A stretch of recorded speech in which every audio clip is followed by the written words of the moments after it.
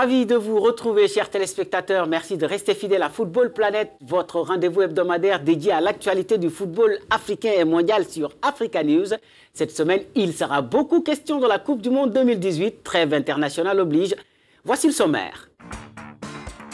Dernière ligne droite avant la Coupe du Monde 2018. Les équipes qualifiées en mode réglage avant le grand rendez-vous. Nous reviendrons sur le programme des matchs amicaux et particulièrement des représentants du continent. Coupe d'Afrique des clubs, place aux choses sérieuses maintenant. On connaît désormais la composition des différents groupes de la Ligue des Champions et les affiches des barrages de la Coupe de la CAF dont vous aurez tous les détails tout à l'heure. Et puis Zlatan Ibrahimovic à la conquête de l'Amérique, le géant suédois se lance dans un ultime défi en MLS. Il s'est engagé la semaine dernière en faveur des Galacticos de Los Angeles. Voilà pour le sommaire, le développement après cette petite transition. Salut à tous, le compte à rebours a donc démarré à un peu plus de 2 mois de la Coupe du Monde 2018. L'heure est aux grandes manœuvres pour préparer au mieux l'événement. Toutes les équipes qualifiées profitent pleinement de cette trêve internationale pour effectuer les derniers réglages, à l'image des représentants du continent et fortunes diverses. Le Maroc, le Nigeria et la Tunisie ont gagné. En revanche, le Sénégal a concédé le match nul devant l'Ouzbékistan, un but partout, alors que l'Égypte a chuté devant le Portugal, et ce, malgré l'ouverture du score de Mohamed Salah. La faute à l'inévitable Cristiano Ronaldo, auteur d'un doublé dans le temps additionnel, comme vous pouvez le constater. Et la préparation se poursuit ce mardi pour les représentants de l'Afrique en Russie, dont voici le programme des matchs amicaux. L'Égypte affronte la Grèce, le Maroc l'Ouzbékistan, le Nigeria joue la Serbie, tandis que le Sénégal et la Tunisie croisent respectivement la Bosnie et le Costa Rica. Avant de voir ce qui s'est passé dans d'autres matchs, attardons-nous un peu sur la Tunisie qui prépare son mondial à coups de renfort de binationaux, des joueurs qui pour la plupart ont évolué par exemple en équipe de France jeune et qui ont accepté de venir défendre les couleurs de leur pays d'origine.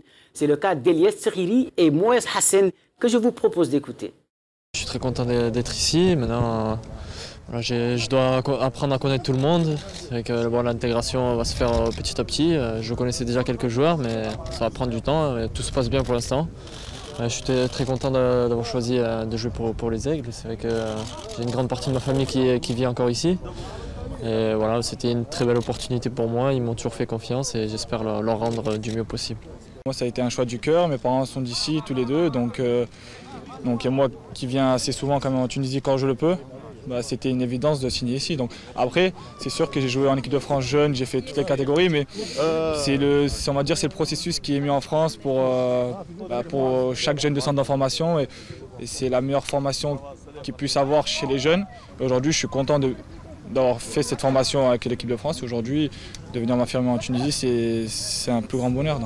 Aujourd'hui, l'objectif, il n'y a aucune limite. On va essayer de tout gagner. Après, à titre personnel, comme chaque joueur ici, tout le monde a envie de jouer, mais voilà, aujourd'hui, il y a 3 très grands gardiens. Eliès Seriri et Moez Hassen qui jouent respectivement à Montpellier et à Châteauroux. Voyons maintenant les résultats de quelques grands chocs, à commencer d'abord par le match nul plaisant, un but partout entre l'Allemagne et l'Espagne. La France a été surprise à domicile 3-2 par la Colombie, prochain adversaire du Sénégal dans cette Coupe du Monde. L'Argentine, sans Lionel Messi, a battu l'Italie 2-0, alors que le pays hôte, la Russie, n'a pas fait le poids devant le Brésil, défaite 3-0. Mais là n'est pas le plus gros souci des autorités russes contre qui joue le temps. Les inquiétudes planent notamment sur la livraison des stades. Pour se rassurer, la FIFA a par exemple déployé des inspecteurs dans la petite ville de Saranthe, qui doit abriter notamment les matchs Espagne-Maroc et Panama-Tunisie. Le résumé avec Armel Kenga et Michael Odwar. Saransk, petite ville russe à 500 km au sud de Moscou, abritera des rencontres de la Coupe du Monde 2018. À 3 mois du départ de la compétition, des inspecteurs de la FIFA sont allés s'enquérir de l'état d'avancement des travaux engagés dans la perspective du mondial, notamment la rénovation de son aéroport et la construction d'un complexe résidentiel. Constat des inspecteurs. Nous avons atterri dans un nouvel aéroport, c'est très impressionnant. Des nouveaux hôtels, nous avons vu l'effort et l'engagement de la ville et de la région concernant les préparatifs de la Coupe du Monde. Il y a 3 matchs tests prévus dans tous les stades. Le premier aura lieu le 21 avril, Mais nous voulons avoir une idée sur la durée de cette météo très froide et vérifier l'état du terrain avant confirmation. Saransk est l'un des 12 sites qui accueilleront les matchs de la Coupe du Monde en été. Moscou, Saint-Pétersbourg, Sochi, Kazan, Samara figurent aussi sur la liste. Et puis l'approche de la Coupe du Monde est aussi le moment des pronostics, dont certains ne laissent guère insensibles, surtout venant d'une des légendes comme Diego Armando Maradona, vainqueur de la Coupe du Monde en 1986. L'ancien capitaine de l'Albiceleste ne se fait pas beaucoup d'illusions pour les équipes sud-américaines, y compris son Argentine. Suivez. Je dirais que cette Coupe du Monde sera un combat entre Européens et non entre Sud-Américains.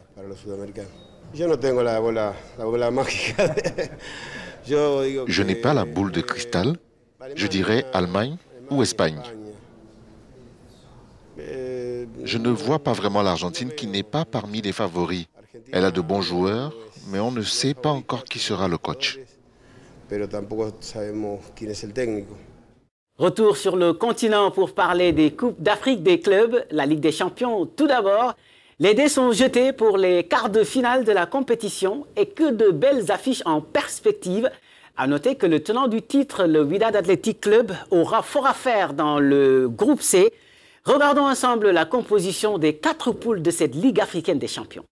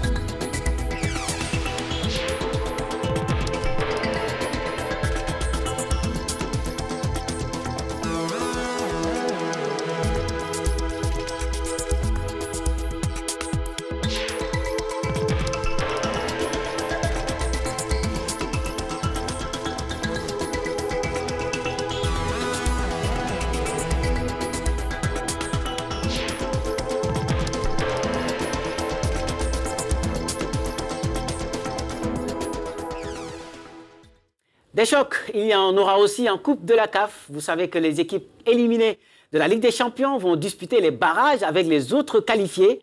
Eh bien, voici les affiches de cette ultime étape avant la phase des groupes.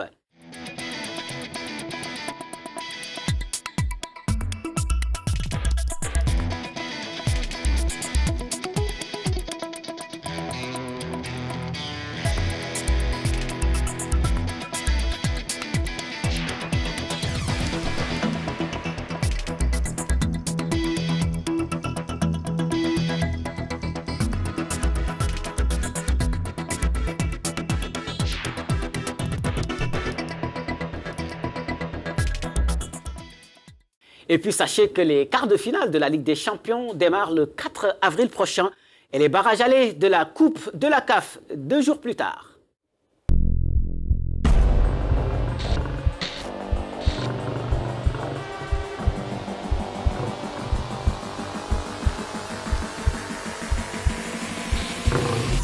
Los Angeles.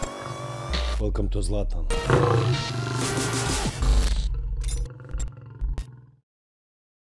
Et oui, l'Amérique lui déroule le tapis rouge. Zlatan Ibrahimovic s'est engagé avec les Galacticos de Los Angeles.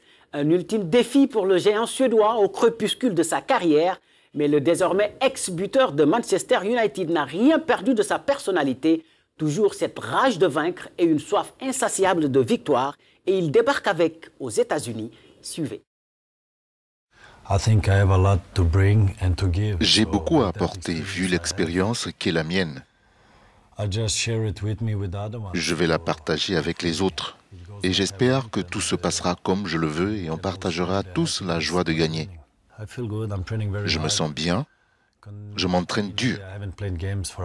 Je n'ai pas joué depuis un moment et cela me manque.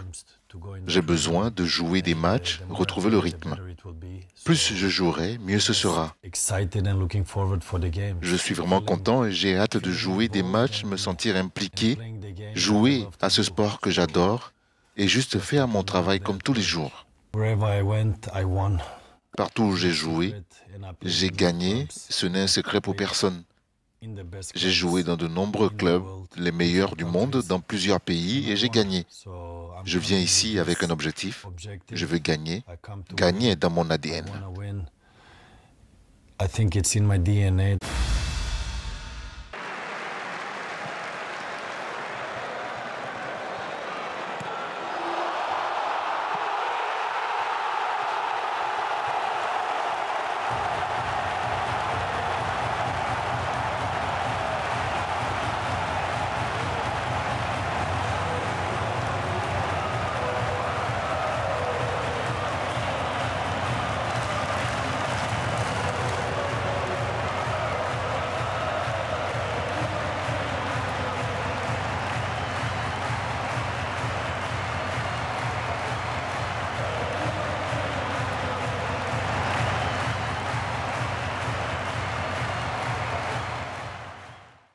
C'est sur ces images que nous vous quittons. L'émission est à retrouver également sur notre site web www.africanews.com. Vous pouvez également réagir aux adresses qui s'affichent en ce moment à l'écran. Football Planet revient la semaine prochaine, même heure, même chaîne Africa News. Au revoir.